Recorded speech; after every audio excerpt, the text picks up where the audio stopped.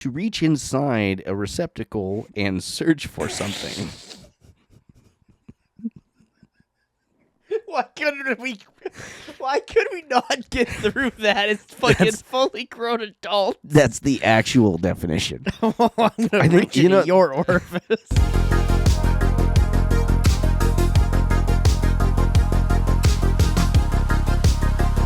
Are you guys talking about that magic shit?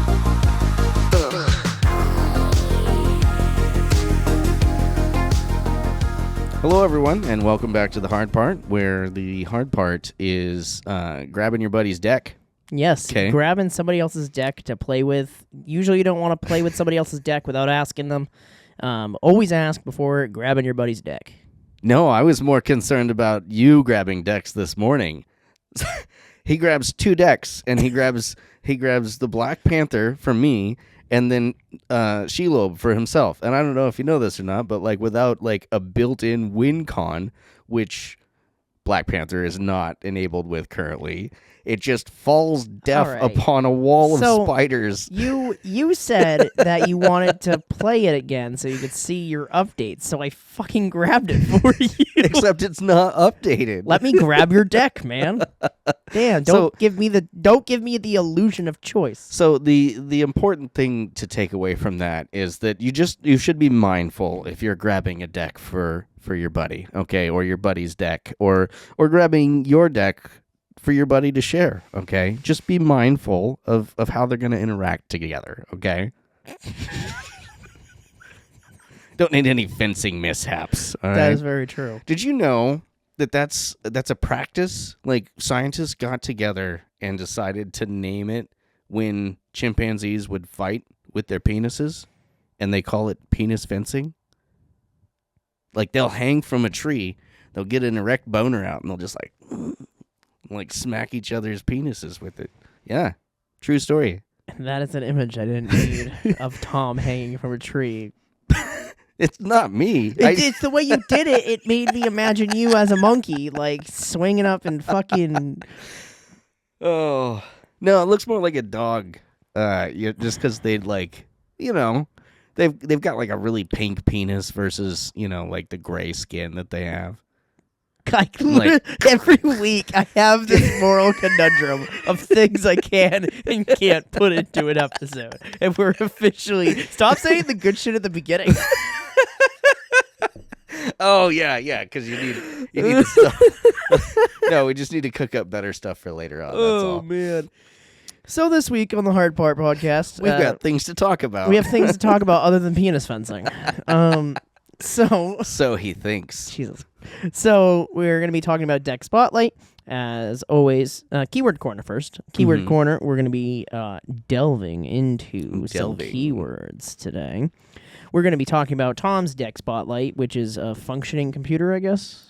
It is an analog computer. It is the one referenced by Kyle Hill and a paper who I'll get into the writers of the paper a little bit later.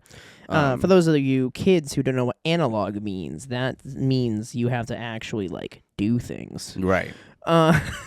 It's more of a board state than a deck, really. But that's true. We hook you up with the deck tech. Yep. So. And then we also will have our Reddit Roundup, which will be a good discussion this week about winning games in ways that maybe might not be the way you want to in CEDH. Oh, you mean like win cons and so forth? Not really. Or Thoracle? It's more like almost passing priorities to force people to win on purpose. Okay. All right. Kind of what I got from the article. So we'll get a little further into that. Yeah. Sounds intriguing. As always, we want to bring up and thank Manapool, our partner. We want to thank you guys for, supporting us, for allowing us to support you and everything like that. And we do have an official announcement as well. Last week, we did talk about the fact that we were really close to opening our store.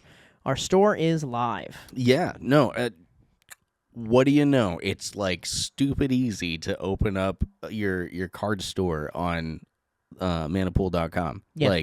It's way easier than sorting the collection. Oh, yeah. Sorting the collection was the hard part. That was the hard part. And No, but selling on Manipool is very easy. You just create an account.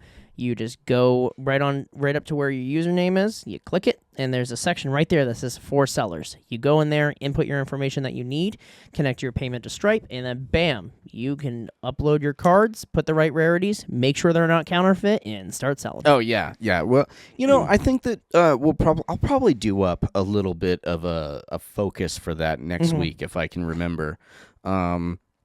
Because I've been wanting to talk about that for a while as far as like counterfeits go, like some easy ways that you could look for stuff and whatnot. So we'll definitely put a pin in that. I like that graphic, by the way. Oh, thanks. Yeah, best. You like that? Yep. Yeah, I that was 2 a.m. Sean thinking of dumb ways that I could like that 3 pin. times I had to go back once to verify that it was the pin in that, and then after that just to like look at it again and like marvel and Yep, I thought exactly. about, at first I was going to put what you were saying and then put the pin, and I was like, no, just the words that would be really funny. Yep. So I'm going to use that from now on. Hell yeah. Whenever we say put a pin in that.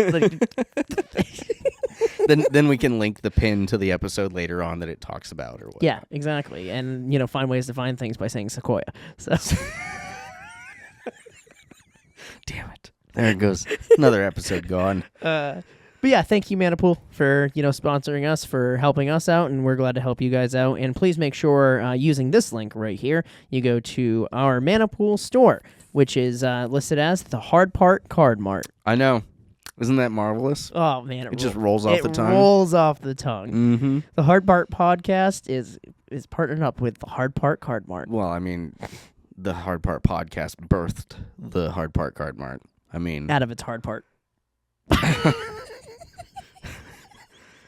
See, you think I come up with all the good stuff, but a lot of the cold opens, those are yours. That's because I'm just an idiot. That's you going off an adult body. I don't think there are many, like, in the world as a whole. I don't think there are many, like, adults, and I think most of those adults were probably that way from, like, 12 on. So that is true. Yeah. Like when I was younger, I was definitely like friends with a lot more adults just because, as you know from like my IQ test and stuff and from like me, I function at a higher mental capacity than most. Not as a brag, but as an actual scientific like studied thing. They studied him for science. They did, actually. There's a lot of tests I've taken in my life. And so because of that, like I had a lot of like adult friends. Not adult friends like adult friends, but like adult friends. Yeah. Not like uncle friends. Uncle brother sisters. Oh yeah, no, I was I'm right with you. I was usually hanging out with at least I don't remember hanging out with kids my own age. When I started hanging out with other kids, it was like seniors that my dad was like had in his band and whatnot. Mm-hmm. So senior band geeks and whatnot going all the way up. That being said, you brought up tests, okay? Mm-hmm. And this weird thing happened the other day. I was watching a short, and in watching the short, I noticed that this person had gone through like a pretty rigorous like test. Mm-hmm. And then I was thinking to myself, I was like, I went through that as a kid. And it was not weird to me at all. Yeah. But now looking back, I'd really like to know what they were trying to find out from me. Yeah, there's a lot of tests that you take in school. You just like don't think about it. No, this is like, so the long and short of it is, and if somebody out there knows what this test is, let us know in the comments. We can talk further. But they put like this cloth thing over my head, kind of like a helmet type thing made out of cloth, and it had holes in it, right? And then they'd go through, and in certain areas on my head, they would squeeze in jelly, right, like a conductive jelly, and then they put little sensors in there, like Clockwork Orange style. And then I'd sit in there, and on the screen, there was a little line that would run through the middle. I'd wear headphones, and they would play just, like, fun music or whatnot. And I was supposed to try and get the line to move back and forth. See what I mean? Like, how could you go through that as a kid and, like... Are they trying to see if we have superpowers? See, and that was what I made up in my head. I was like, oh, yeah, I'm definitely, like, psychic, and they're just now figuring it out, so, like, don't make it move too much. So, like... That's fucking but whack, I wrote it, dude. I wrote it off literally until like a couple days ago, and then I saw that thing. I think it was in like Stranger Things or something like that, and I was like, "Huh, I've done that, and I don't know why that was never weird all the way up until now." And as an Yeah. adult, I'm looking back like, what were they testing? Holy cow! Like, I'm a firm believer that the Grand Pacer test, the thing they make you run back and forth to the beeps in school, is them just trying to figure out which kids would be best to draft. oh yeah, 100%. Like, I feel like because why are the teachers having to mark this down, and why would they like?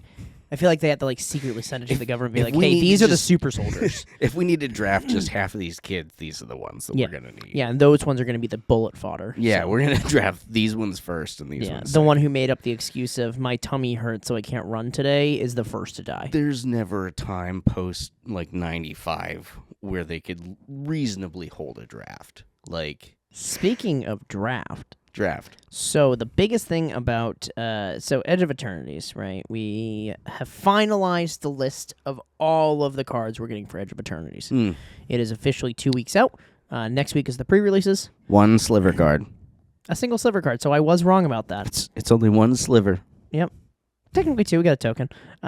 That's fair. That is. However, the reason I bring up draft is because draft was going to be pretty fun for limited events. There was a lot of things that were going to go into limited that were going to be kind of crazy. And there was this one card in particular that everybody looked at it first and then kind of went back to, and then it got a lot of unbelievable traction as a common that they gave an errata to today and said it was a printing error.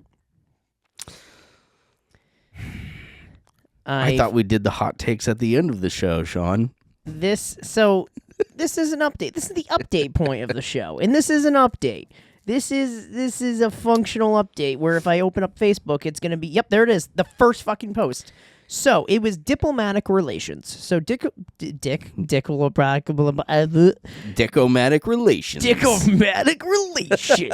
That's different art. Slayer. Holy shit, that sounded so good. That was pretty Did good. you hear that? You should pull that clip for later use. Yeah. Yep. Put it on a soundboard. Put it on a soundboard, yeah. Vehicular manslaughter. So diplomatic relations is a 2 and a green instant that says target creature gets +1/+0 and gains vigilance until end of turn. It deals damage equal to its power to target creature an opponent controls. Right. So what's the phrase in that that's super interesting, Tom? The last one? Yeah, because you can choose any creature to give that +1/+0 to and then have it deal damage to anything. They put out a statement like an hour ago and everybody's pissed off. We are aware of an issue. This is directly from Wizards.com, Magic the Gathering. It's what they consider like a blue post is what World of Warcraft calls it. It's a post from the creators.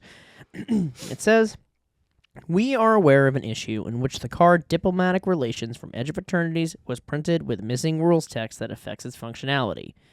The current printing reads, which is what I just told you, the corrected rules text reads, target creature you control gains +1/+0 and gains vigilance until end of turn. It deals damage equal to its power to a target creature an opponent controls. So they changed the first wording of target creature gets to target creature you control gets. That's not a misprint. There is 3 added words in that sentence. If it said target player target player control or target player you or something like that, I would get, they forgot a word, that was a misprint. That's not a misprint. No.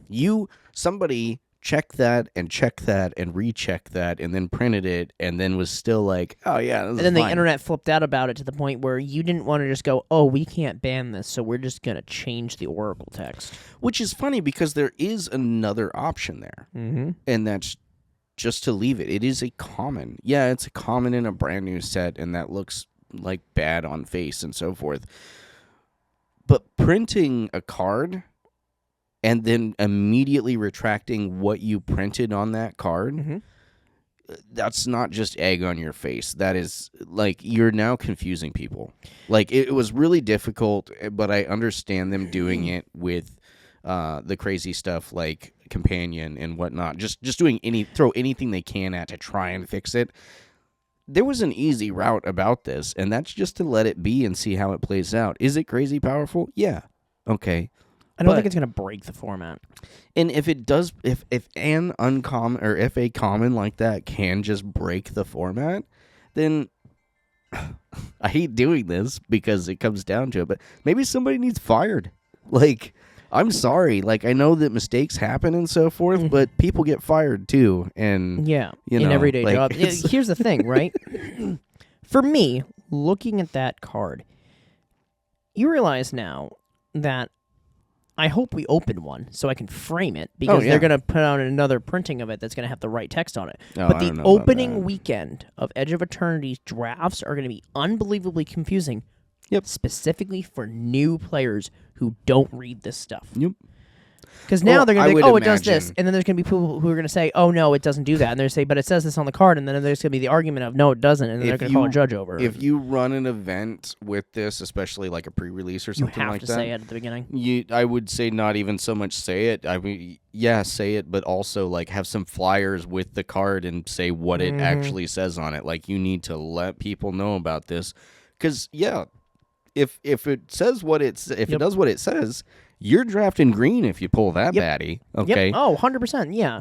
But not anymore. I appreciated it even for what it was when it first came out. I was like, I feel like this is a little bit more of a white thing. Yeah. Especially in just like, 2 mana for removal basically.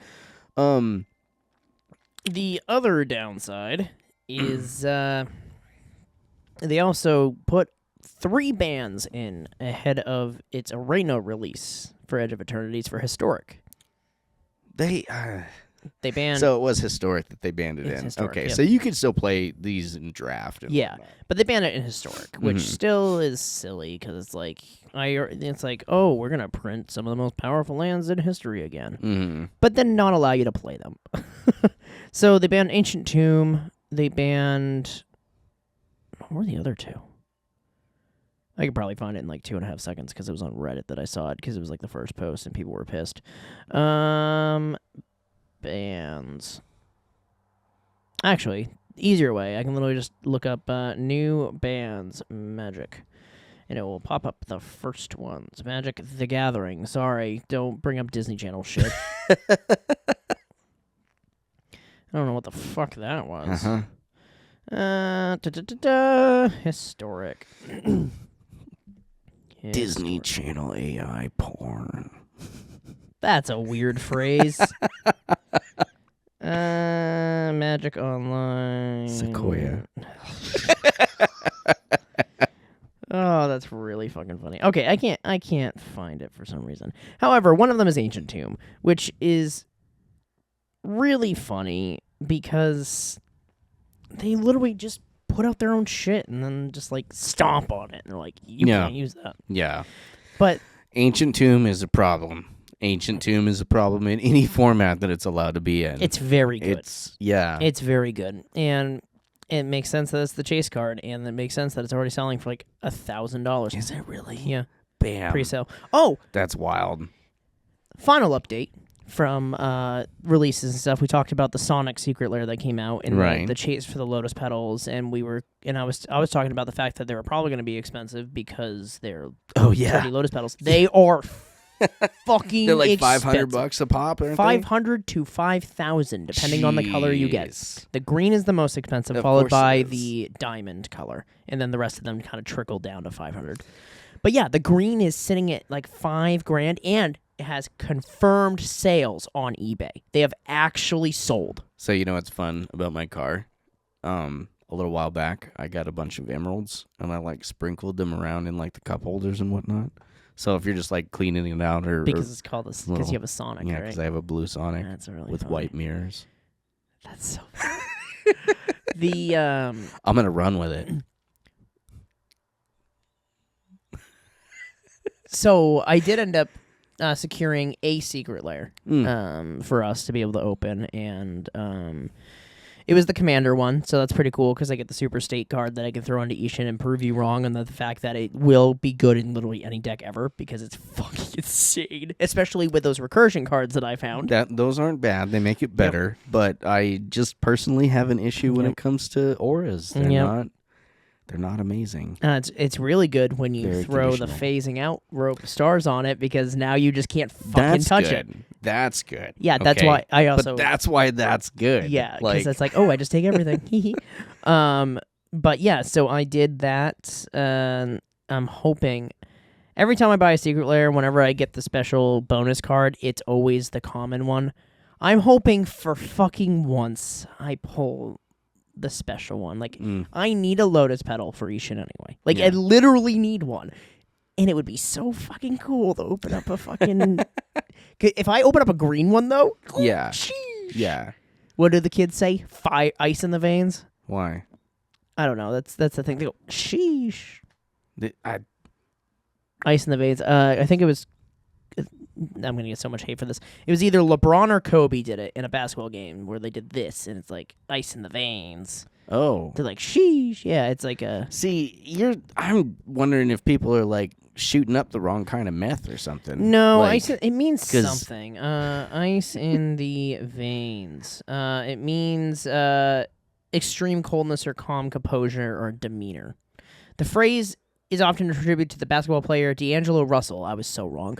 Who used it to describe his ability to remain calm and make clutch shots under pressure. So he'd go, ice in the veins. See, yeah, he should probably make that not look as much like he's giving himself an injection. Because other type of ice in the veins, like if you're shooting up meth, I mean, that is not calm and composed. Like, you're gonna, like, you need that person to build walls in a zombie apocalypse, okay? Like, you there, cover that window, find anything in the room that you can.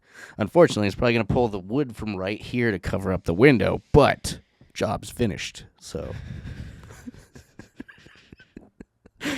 But yeah, that's my final part of the update. I think we have to add that as a section of the beginning, is because we always do our updates like right at the beginning, like updates from like previous weeks and stuff. Just little like news.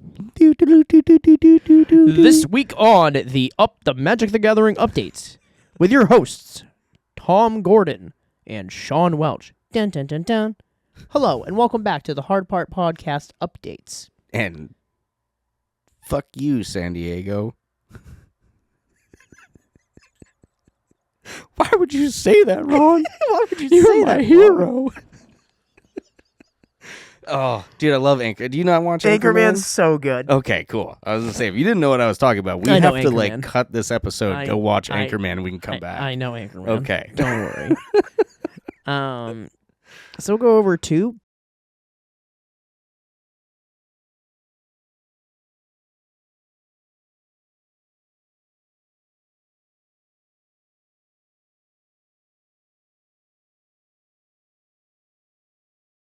flushed out. just, and then the minute they go into that fight, he brings the lamp. Like everybody else is fighting to not really fully kill, and he brings weapons of destruction. Brick, where did you get a hand grenade? Don't worry about it. Don't worry about it. The fact I don't that think that's what he says. The fact that it's Steve Carell is so Oh, awesome. dude. Yes. Love that guy. Hilarious. Say it. I love lamp. I love Lamp. He gets into it too, though. Like, Yeah. So yeah, you were bringing up the deck tech, right? We're over there. No, we're doing Keyword corner. Keyword Holy corner. shit. You got a hole in your lip? Yeah. Hole in my chin. Yeah. Let's delve into this keyword. So, this keyword today is going to be. Ooh. Can I guess? Yeah. Is it delve? Dig deep. Yeah, I just got to get through my notes here. There we go. So the actual definition for delve is to reach inside a receptacle and search for something.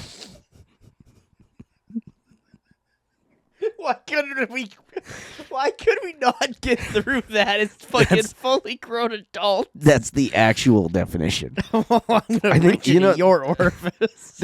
The receptacle's what makes it bad. Like, if you just said reach inside something and search for... that's why. Reach inside something and search for something. Yeah, that sounds stupid. But yeah, so to reach Come on, inside, Webster, do better. to reach inside a receptacle and search for something. So you're not just reaching in and grabbing. You're reaching. So the in receptacle is your deck. No, the receptacle is your graveyard. So the actual Magic the Gathering definition is it's a keyword ability allowing you to exile cards from your graveyard to help you pay for a spell's mana cost. So something would have Delve X. And then you could do, for example, Logic Knot has Delve X. So you can remove any number of cards from your graveyard to help pay for its cost, and then make it more difficult for somebody else to cast a spell. And then other ones will just, they'll just have Delve. And then so you can remove cards to pay for the generic costs. Okay. So, really great for graveyard synergies. Eventually I'll run out of graveyard abilities to go over, but for right now, it fits really well into there. Yeah. Great in Spellslinger decks, again, stuff that you're trying to like fill up your graveyard, any type of sack lands or whatnot. Maybe something that would be a nice one to include in your my lands deck. Yeah. Okay. Not so much for the lands, but the non-land stuff doesn't seem like you're gonna have a lot of recursion of. The new set, Edge of Eternity, is going to have a lot of... Delve will go really good in a lot of the land destruction deck. Do you yourself play any Delve type effects? I don't. No? See, which is really funny because... I don't. I'm really good at putting things on my graveyard, so Yeah. I should probably... Well, not only that, but like there are a lot of people that I feel like your play style, like you don't really look to pull from your graveyard a lot. You'll Not play a lot stuff of the out of your time. graveyard, Yeah. but like I see a big creature, and the first thing I ignore the casting costs, and I'm like, oh, okay, cool. I just got to get in my graveyard, and then I'll just reanimate it for something cheap. Yeah. Which is the smart thing to do. Like, I should probably put Delve in, like, spiders, maybe. Maybe. Like, Yeah, spiders would be a really good one for it to go in. Yeah, because the thing is, like, I don't even really lose benefit from my spiders dying anyway, because I usually just can replace them. You're also not really going to recur any of your enchantments or any lands that you crack or anything like that. You don't really have a whole lot going on for that, so you can actually utilize your graveyard. I wouldn't delve out any spiders in case you wanted to pull it back. I do have a spider that allows me to exile cards from my graveyard for creatures and gain a life for each one, and I think it's also draw a card for each one. Yeah, because you have a hard time gaining life and drawing cards. Yeah, we really delved into that one, huh? No, Delve is pretty cool. Delve is definitely really heavy in swamp and black. Blue, most likely, too, I feel like, because you do get a lot of stuff in your graveyard from blue. It is blue and red. It is a Sultai ability. So it premiered largely in Tarkir. It was like kind of a base keyword again for the Sultai. But do you know where it actually originated from the first time that we saw it on a card? Ooh, I really like the word. I've said the card. Like the word delve. Mm-hmm. Like the word delve or like the ability delve? The ability delve in Magic. All right. As a keyword. I like giving guesses here. Onslaught? Nope. I feel like that was a pretty good guess. Two more. All right. Let's see. Older or newer from Onslaught? Oh, it would have been after Onslaught. Okay. Let's see. You said it's in Tarkir, but that's definitely not where it first jumped out. No, I believe it was a one of prior to Tarkir. Ooh. It was on Logic Knot. Logic Knot.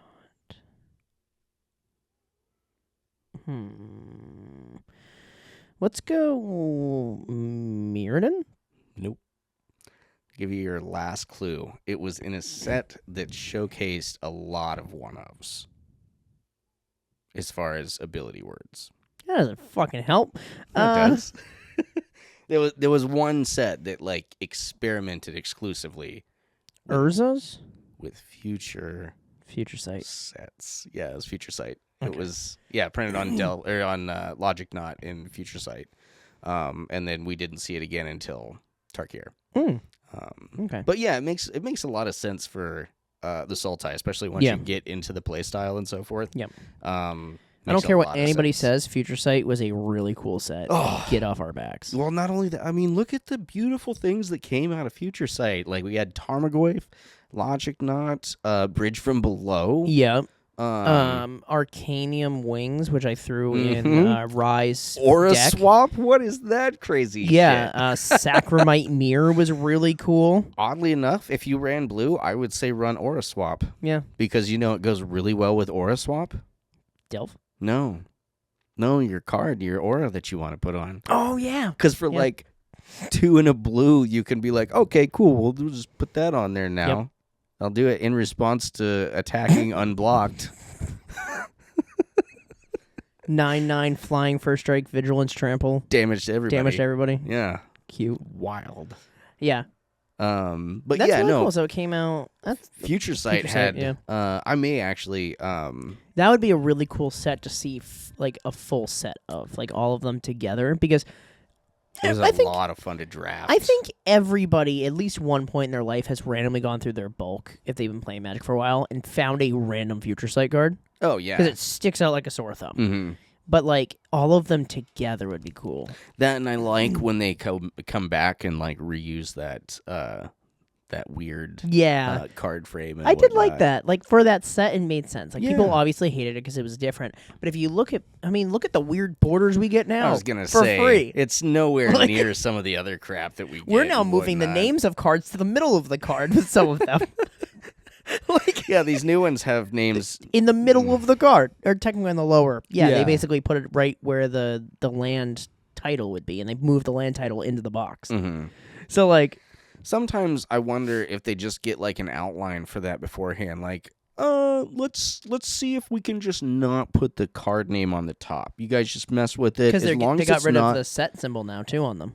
This is the first set where the bonus sheet cards don't have the set symbol. Well, I mean, they're gonna run out eventually. How many different ways can you draw a shield? Like, yeah, see, dude. So when we were going through the bulk and we're adding things to the store, we noticed, the commander sets all use shields, but holy shit, do you know how hard it is to figure out which shield it is? Especially because the way the set symbol looks compared to the blacked out version of it, they hollow out the sections of it, so then you don't even know what the symbol looks like. So here's the funny thing: is they know that they're gonna do this. They're like, they don't come up with Commander Set 2020 and like, I wonder if we're gonna do a Commander Set 2022. Like, they're gonna do it. Have you seen the Commander symbol for Edge of Eternities? Commander symbol for Edge of Eternities. Oh no, I haven't. Oh specifically. God! Remember how I said? I probably have. I just don't know. This symbol is terrible, dude. It's another shield. Look at that. Look, there's one more way to do a shield. But the thing is, when they do this, they black out certain parts of it when they put it on the website, and you can't fucking tell what it is. So again, why not just have Commander cards? Oh, these are part of the Commander series. And then they're all that, and then you can either tell That's what they're doing with special guests. Special guests are a part of the special guest series, and it's always the same symbol. Look at that. Why? How is that so difficult? Like, hire us, wizards. Don't hire us. I will fire half of your company when I get there. I'm already looking to fire somebody. Whoever, I don't care who wrote or came up with the card. That's fine. But somebody in that team was in charge, and they went just go through. And they went, boom, seal of approval. That set's good to go. Print it. That guy needs fired. That's why hierarchy is there. I don't care how long he's been there. He should be resigning that's right like now. That's a couple $1 million mistakes. You ever seen? Again, that's an invaluable mistake. I don't know. Like, again, they've now printed a card that, like, when a new player comes in, it's going to be like, oh, cool, look at this thing that it says. And their introduction to the game is going to be sometimes Wizards prints things on cards that don't actually mean anything. Yeah. And you know what that means? You might as well proxy at that point, because at least they're going to spell the shit right. That's what we need to do. We need to proxy that one. We need to proxy that one. Right? And I mean, put our business card on the back of it. It's like when they first printed Jace the Mind Sculptor, and they banned it before the pre-release. They literally printed it and then went, oops, sorry. So people's first experience with Magic then was they opened that card, they're like, this is awesome. And everybody in the pod goes, can't use it. And they're like, what do you mean? Can't use it. They banned it in draft, too. They literally full banned it. So you couldn't even use it. You opened up this card and went, ha. Yep. Yeah, no, and again, I know that they're running at breakneck speeds and this and that, and they've got a lot of moving parts and so forth. But somebody passed on this. Somebody said this is Somebody good. didn't delve deep enough. They didn't delve deep enough. Yep. We should do that from now on. We should start seeing how many times we can get the keyword of the episode into the episode. I know, right? We could put delve into everything. We could say Sequoia at random spots so you can't find shit. Yeah, this is just going to be us saying keywords over and over again and then safe words. Yeah. That's fucking awesome. Metalcraft Sequoia. See, there's one later on that you could use. No, That's don't awesome. use Sequoia in the next one. So, Deck Tech Spotlight. We before we get super far into the Deck Tech, we did want to mention that you can actually use Mana Pool Yeah. to buy full decks. We found out. We actually, yeah. I'm going to go ahead and set that up so that you guys can just click on the link if you would like to buy this obscene deck of, it actually has the band card you were talking about in it. Okay, so yeah, this deck is expensive. Oh, it However, is. a lot of the decks we talk about are not, and if you like the deck ideas, you can buy it directly from manapool.com using our referral link as well. Yeah, previously we were setting up through Moxfield. Which and will still then put the decks there if you still want to look at them, that's fine. The full list will still be there. But yeah, each one of these will come with a link where you can just click on it. It'll take you right to Mana Pool, and you can just purchase the deck. Yep. Super easy. We're gonna put it right in the description of the videos, so it's very easy for you users to do it. Mm-hmm. And yeah, doesn't even have to go through our shop. You just use Mana Pool directly, and if it happens to come from our shop, it'll come from our shop, and if it doesn't, awesome. All of these cards will not come from our shop. But yeah, you can. I thought it would be a vintage deck. No, I had to go back further. It's a legacy deck. Holy shit. Yeah. So let's get right into the Deck Tech Spotlight. So, any of you guys who have been on Magic stuff on the internet or YouTube and so forth for long enough have probably at least come across the thumbnail of the Magic the Gathering computer done up by Kyle Hill. Okay. This guy has found why is that? Oh, there it is. There's a paper. There's a like knowledgeable people have gotten together and collectively written out lots of math and then submitted it to peer review. Okay. And with these 60 cards in this legacy deck, you can make an autonomous computer. Now, it does place everything into a board state where nothing gets decided. Okay. Okay. And we are talking analog. So just doing a simple like 2 + 2 = 4, you can do it via this board state, but doing even just a simple equation like that can take decades, if not hundreds of years. I don't know if they actually worked out how long it would take to process something. But it was done up by 3 individuals, got their names onto it. An Alex Churchill from Cambridge, Stella Biderman from Atlanta, and Austin Herrick of Philadelphia. And this is a really fun deck list, especially for any of you who have been playing for long enough to know what some of these cards do. But we've got a bunch of stuff for infinite mana, Ancient Tomb, Lotus Petal, Grim Monolith, Power Artifact, I guess, is part of the infinite mana. Gemstone Array basically lets you, have all colors of mana. Staff of Dominion there's a 4 of in this, and that's the one that like has 5 different abilities, 5 different tap abilities. Yes. One of them lets you untap it. Yes. So basically with that, you get to draw your entire deck, okay?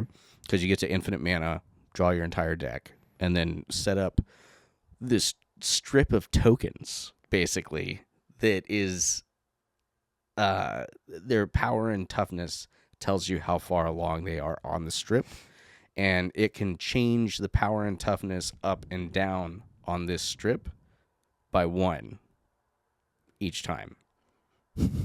What the fuck? He uses Memnarch to make token copies, Stolen Identity to make token copies, Artificial Evolution, Olivia Voldrin, Glimmer Die, Prismatic Lance, Donate, Reality Ripple. I highly recommend going and checking out at least the gameplay video that Kyle has. He's got a longer form video where he breaks down actually what the turn steps are. But you have to have a very specific starting hand of like 3 or 4 cards. So the whole game starts out with mulliganing a bunch. All right. Perfect. And then you basically placed yourself and your opponent into a state where their library is not only like removed from the game, but all of their stuff and their hand goes into it first. So they don't get to have anything. But That's because you don't get to play Magic. But you stop them from being able to draw a card. It just their spell that they have to cast is dictated by you. And it really just locks everything into a super state. A super state, you say? Yes. Super state. Super state. Super state. Super state. Which state is the super state? I'm talking about the card, super state. Oh, yeah. Okay, gotcha. I thought you were going to, like... They should do He's really bad at my bits. He's doing a joke. But anyhow, full list up on the thing, and I will also go ahead and link the paper in this as well. I have only personally gotten through about half of it because I really like to understand things as I'm going through. It? I can understand it, but I have to keep going back and forth to build the board state in my head from the list of cards at the bottom and back and forth. It would work better if I had like cards to do it with. Yeah, just buy them right on manapool.com. But yeah, I was gonna say, let me pull up the fun thing about Manapool again because I like seeing the back and forth here. So I'll go ahead and hit the little shopping cart from Moxfield, and it defaults to Card Kingdom.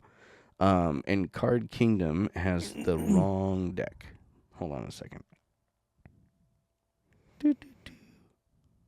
The hard part is grabbing the wrong deck. See? That's why you just got to make sure you worry about your own deck and your buddy worries about his deck. Yeah, don't cross the deck streams. Don't cross the streams. So anyhow, Card Kingdom has this deck listed for $3,246. Oh, easy.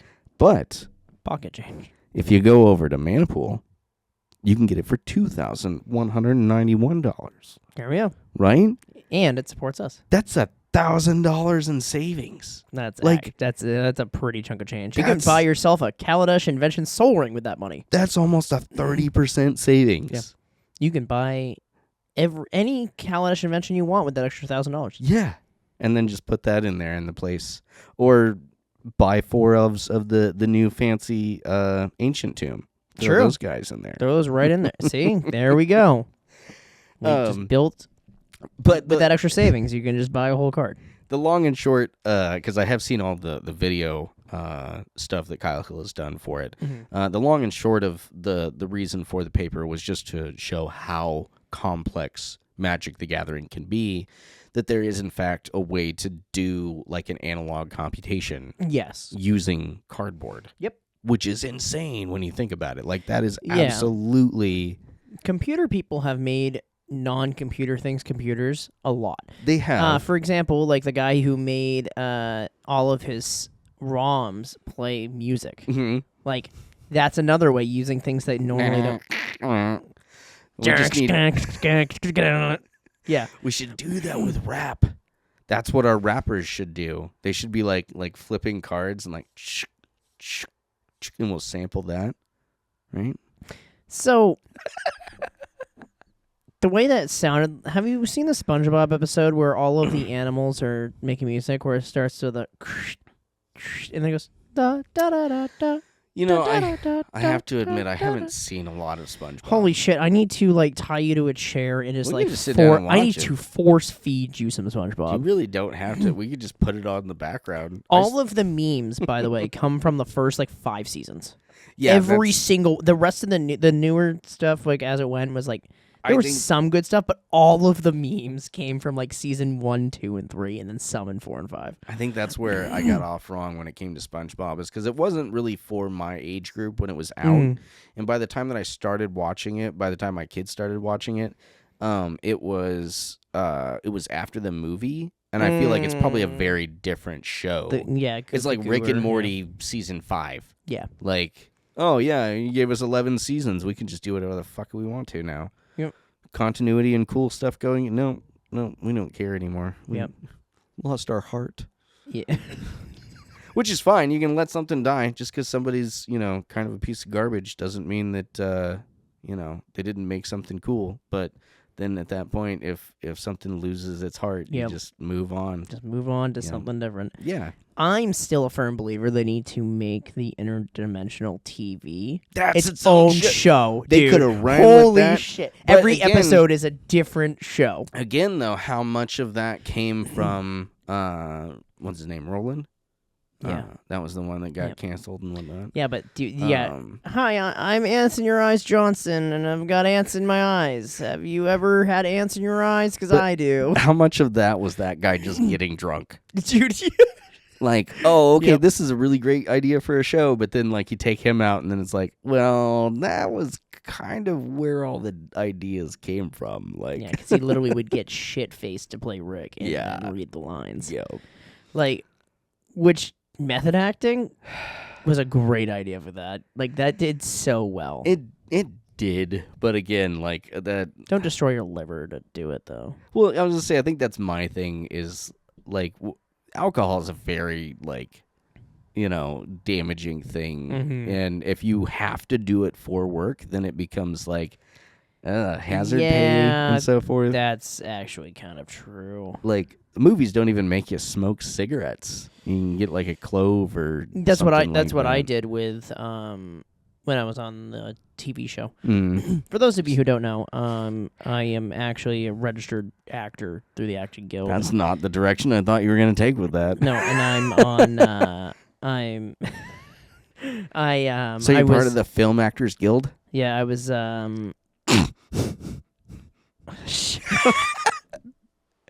Thank you, Team America. Love you guys. But I was on an HBO TV show, and they do that. So they still give you hazard pay. So when you're a background actor, you have to write down everything you do because you get paid for separate things. Stop fucking laughing about it. That's so mean.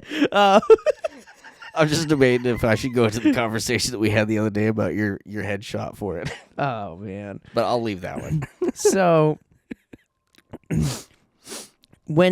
if it's too hot, too cold, if you get wet at any point, if the lead actor touches you, if you go over lunch, if you are in any area of smoke, if you willingly decide to do the herbal cigarettes or anything like that, you get paid extra money for every single thing.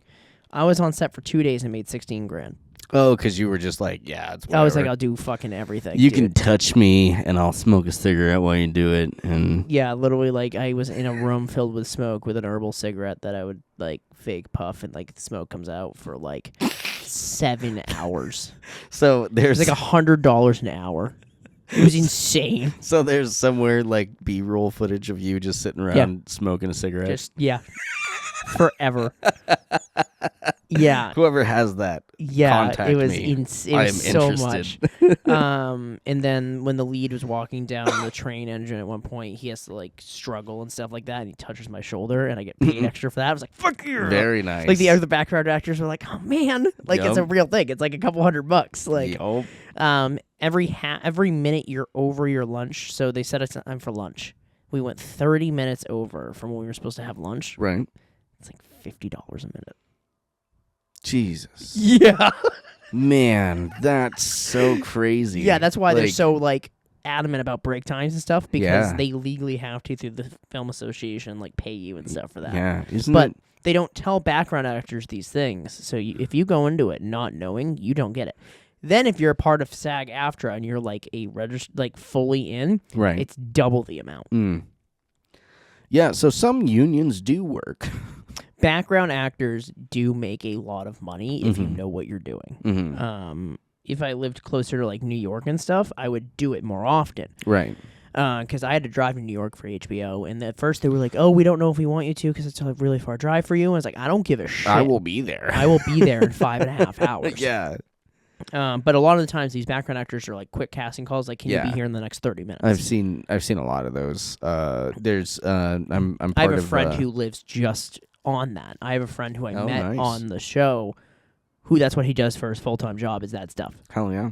And he makes very good money, but he's always available. He's been in a lot of shows. Mm-hmm. No, yeah. He was when on you're like building he up was a in like resume. 4 seasons of Marvelous Miss Maisel Nice. as a background actor. He was in like 37 episodes just because he was available and he just made the casting times. Nice.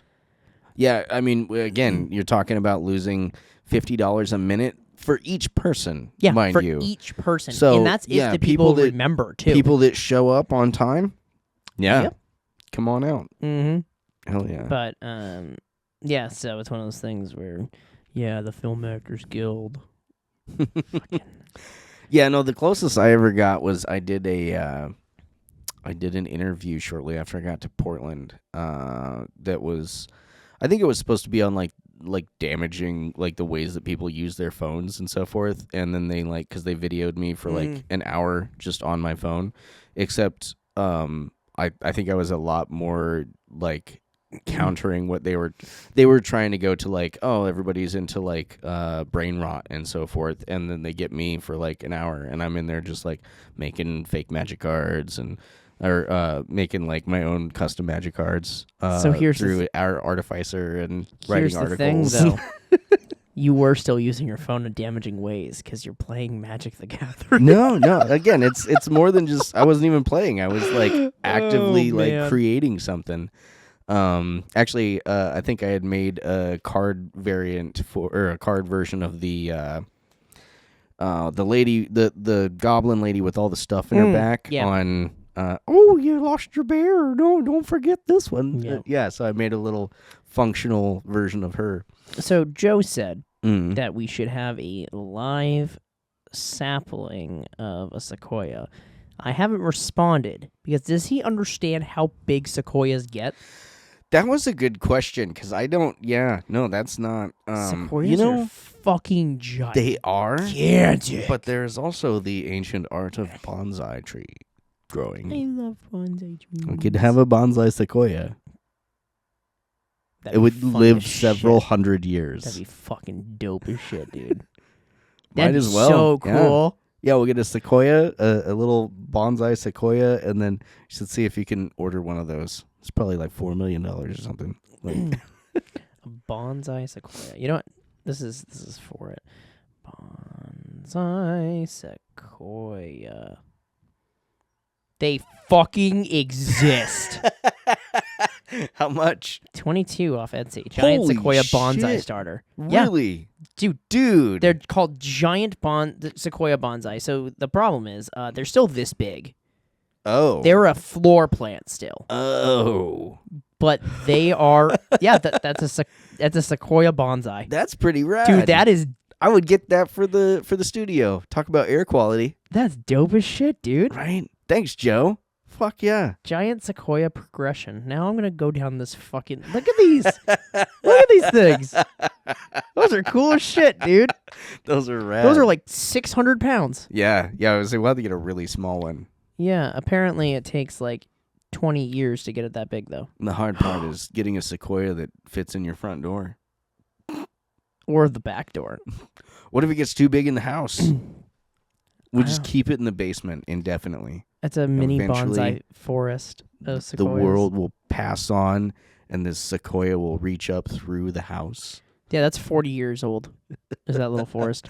That's awesome. Yeah. That is so fucking cool. I now know things I didn't know. Yep. The more you know. The more you know. $22 on Etsy. We'll be there next payday.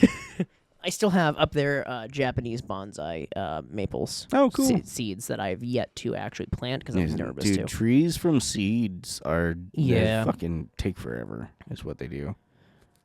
We that was part of my other business. Is Oregon does thing where you can go out and you can harvest saplings and so forth. Is like if there's like 5 saplings in one area, they're obviously not gonna all grow to full size, and so you can take up to 2 or 3 of them. Ooh, just in, fresh from Reddit. Fresh from Reddit.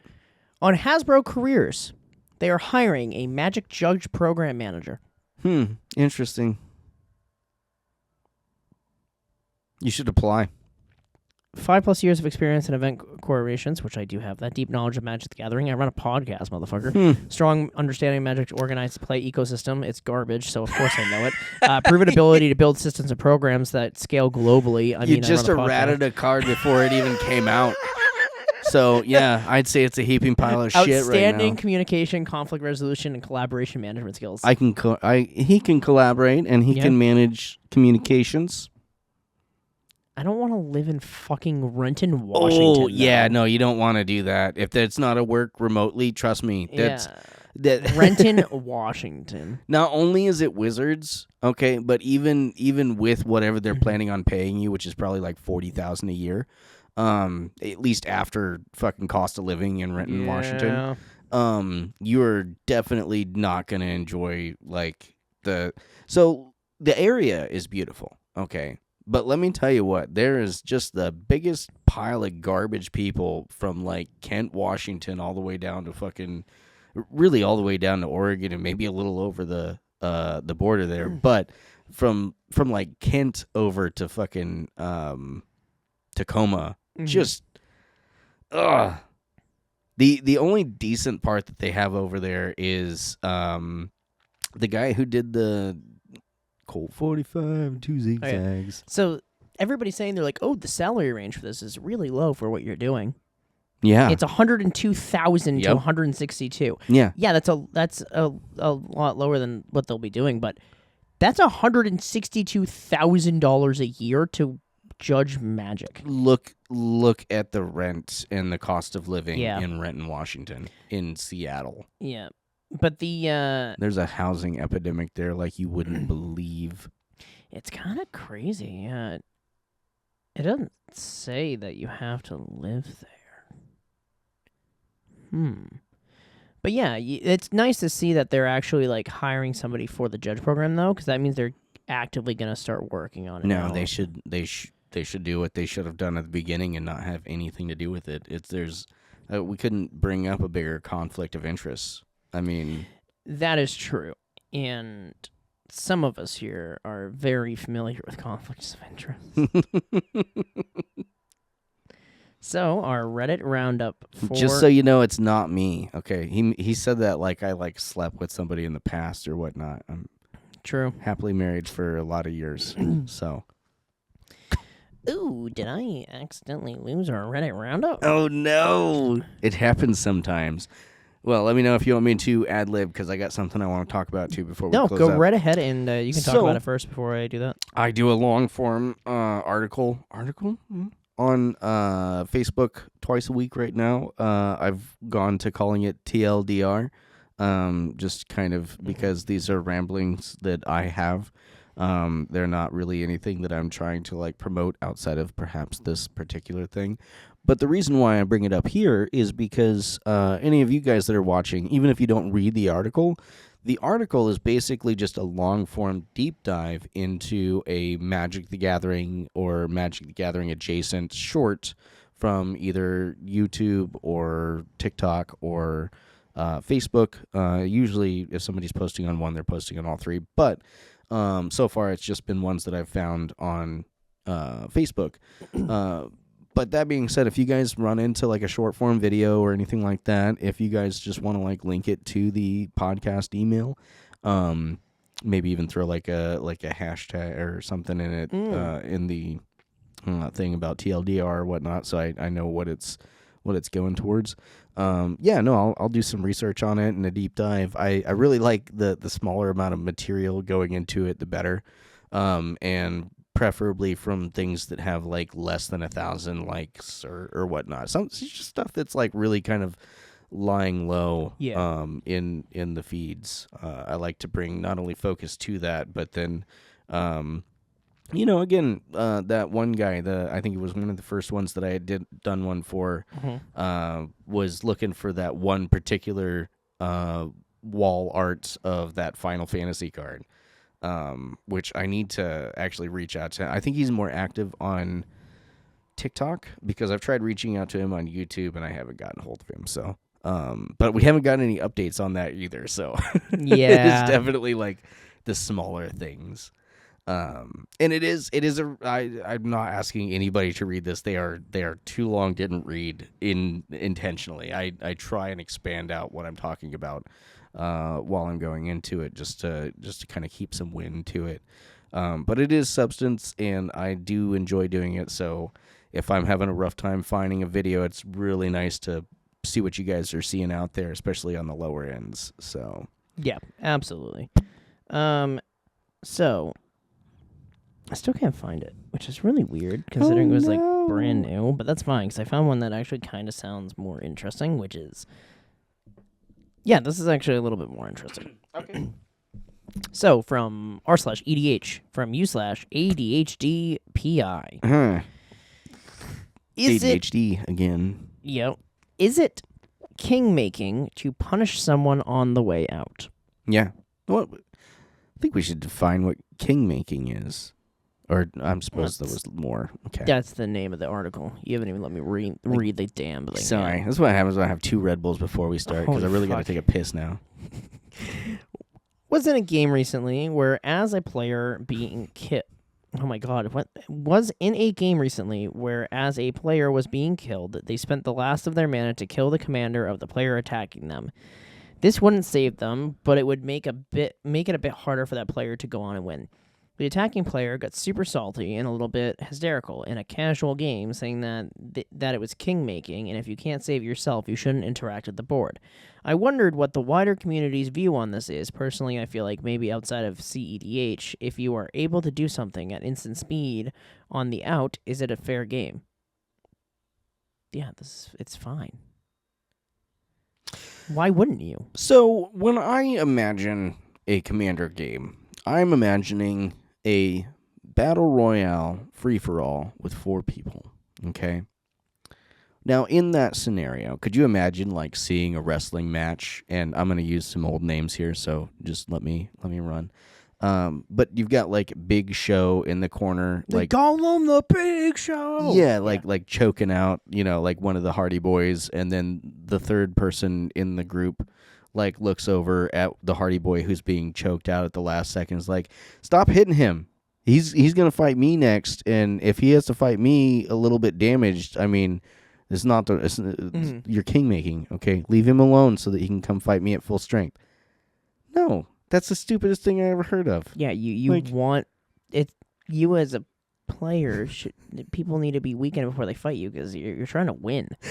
That, and I let them fucking kill other people before you. Whatever. I love these people that are like, we're in a casual game, and now you're picking on me as I'm taking you out of the game. Yeah, it's a casual game. So I'm not just doing the most optimized things to win all the time. Sometimes I'm going to do something because it's casual and fun. Am I going to stop you from winning? No. Am I going to hamper you before you go on to kick the next person's butt because you knocked me out of the game? Yeah. Because it's casual. We've done it in our games, with 4 of us. I'd be like, I'm going to die, but I'm going to fuck that board state up first. Yup. Like if you have an instant board wipe, like as you're dying, in response, fuck off. If you're in a casual Commander game and you are past turn 4, it's fair game. Yeah, anything is fair game. Anything. Okay. Fair game. What's not okay in a casual game of Commander is going off turn 1, going off turn 2. Is being able to win turn 4. Yeah.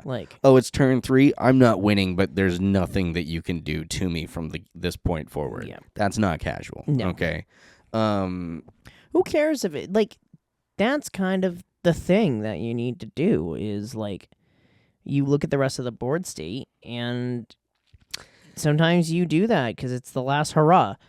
Maybe you shouldn't take this player out because it's going to leave you at a disadvantaged position. Here's the thing, right? Do you think a samurai, right, when they're about to lose, do you think they just lay on the ground and go, all right, well, just go ahead and kill me? No, they fight all the way up to the end, and that's what you do in Commander is even though you're going out, you go out with a bang, dude. Hell, if a samurai wins and does so in a non-honorable way, pretty sure they have to kill themselves, don't they? Yes. It's you're dying anyway, just fucking go for it. Yeah. that's Commander, though, is you do those things, and that's what happens in a multiplayer format is those things happen, and that's part of the game. It seems like all of these issues we always talk about are things that people are just... It's so many people are just like, they always tie back to, this is supposed to be a casual game, but then I try to do what I want to do, and then nobody lets me do it. Yeah, because it's a casual game. You want to play real Commander CEDH, where like you can do what you want to do and other people can't say anything? Play CEDH. Yeah, people like complain about casual games. I have started to play CEDH, and I've seen some shit, man. That's nasty. I appreciate That's unfair. these little interactions. Yeah, like the fact that you can see that player that you killed off. I bet that if he went to them and was like, "Hey, I can take you out right now." Okay, you know that I can take you out right now. I just haven't because we're playing casual. We're playing casual. Let's have a truce. You work for me until it's me and you.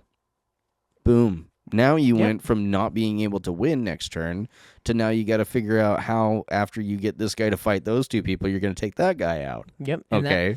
Making a truce at the beginning actually almost sets you up at a higher percent chance to win, because now you only have to focus on killing one person. You don't need to focus on killing two other people all the time. You have another person's help to kill that other person. Mm-hmm. So, in a way, that actually will win you more games. That will, you're still at like a, 45% chance to win anyway.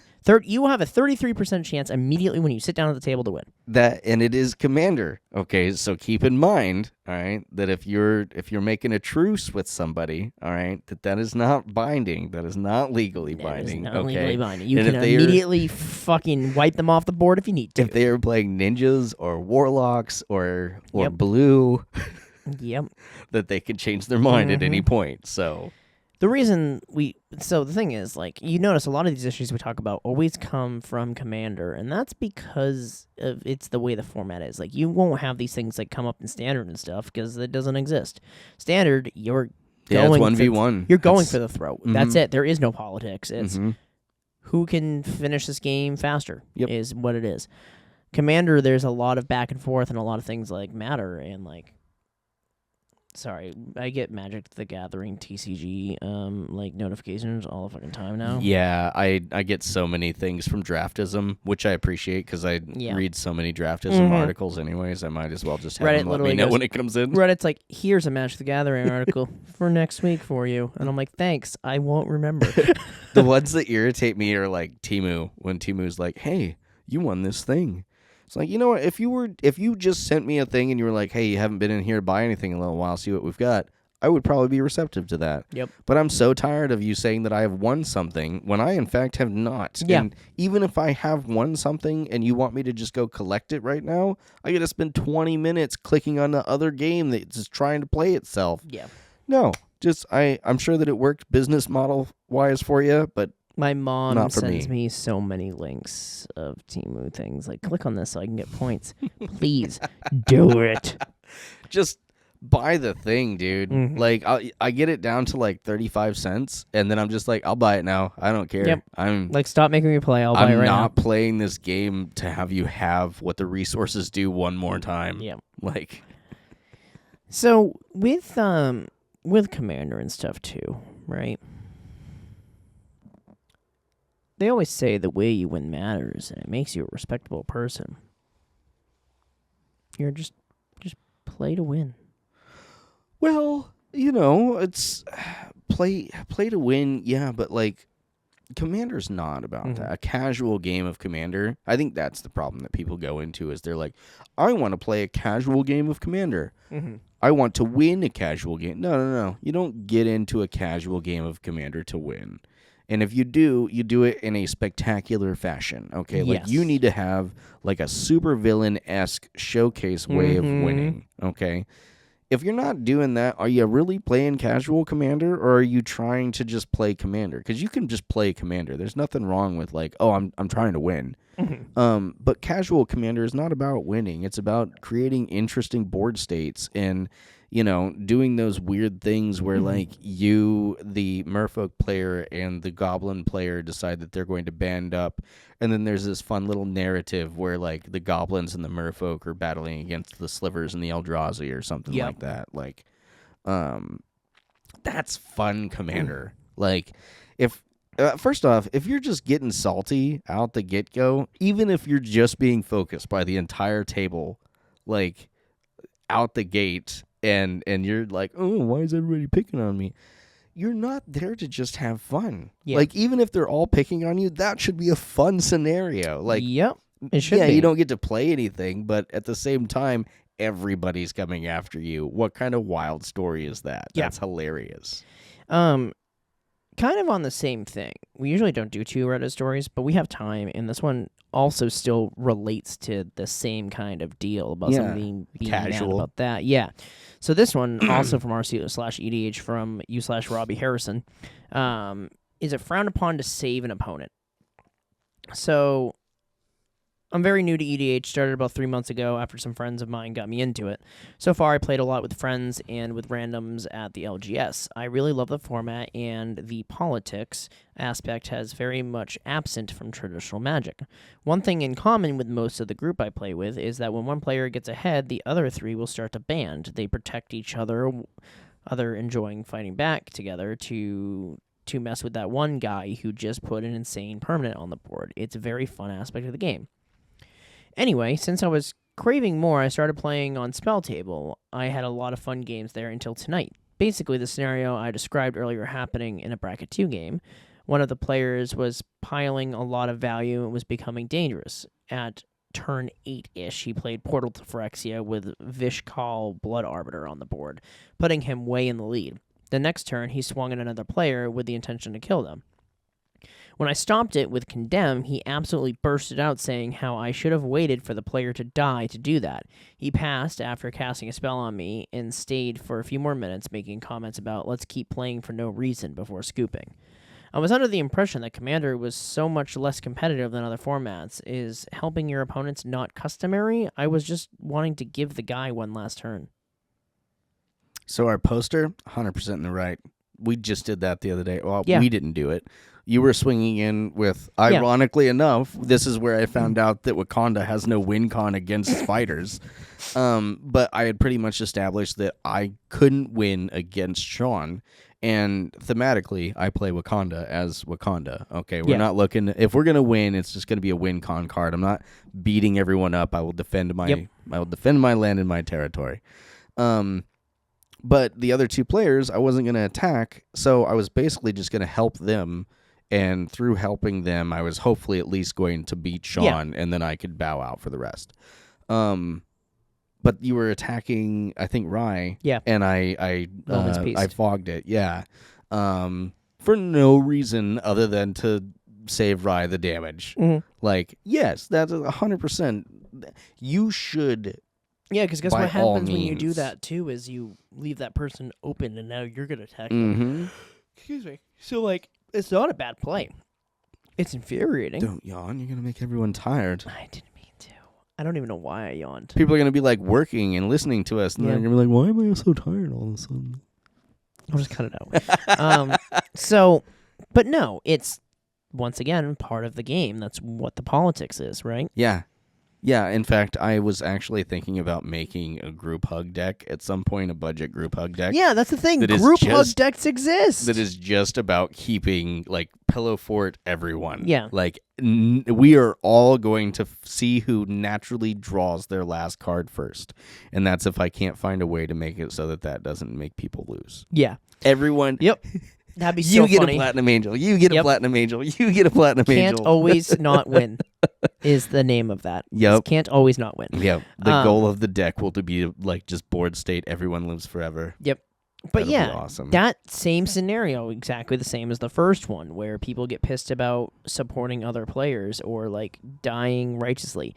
That is EDH. That is literally what Commander does. And I love how like the guy who fucking Portal to Phyrexia gets upset because anything happens. The moment that you drop a Portal to Phyrexia with anything, you don't even need to like get bonus off of it. The moment you drop that shit, you need to realize that nobody is your friend anymore. You're also on turn 8. Yeah, Who fucking cares at turn 8? We've got it was a bracket 2 game Yeah. with Yeah. Because, like, there's games we go to, we're on, like, turn, like, 15, and we're like, Yeah. holy fuck, dude. Yeah, can we not just only end that, this? but as far as again, I know that people's game changers are different and so forth, but Portal to Phyrexia is It's insane. yeah. So, for those of you who don't know Portal to Phyrexia, I'll pull it up for you, and I'll read it.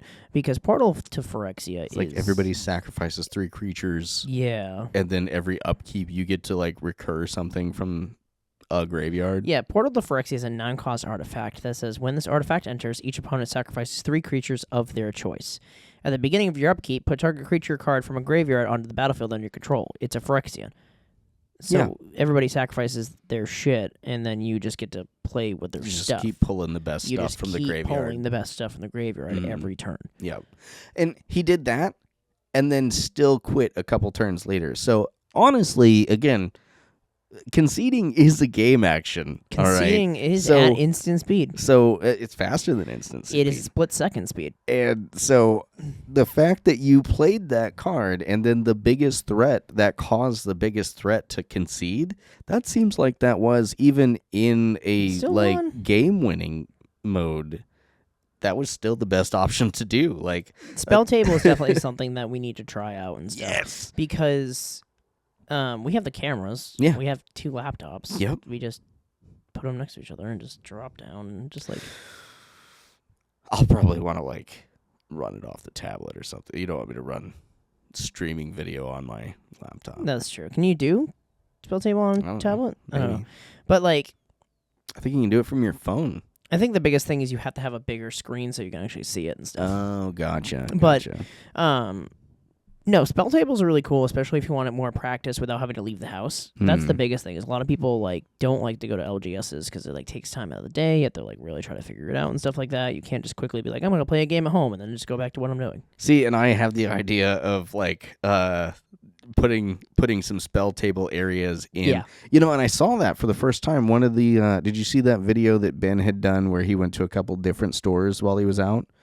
In like Detroit and whatnot. Yeah. And there was one where they actually have like a little streaming room and whatnot. That's so cool. Yeah. I think more card shops should have that where You can just rent play it with out people. for a little bit and like I like the free idea. You know, you set up a few and people can come in and just play for free.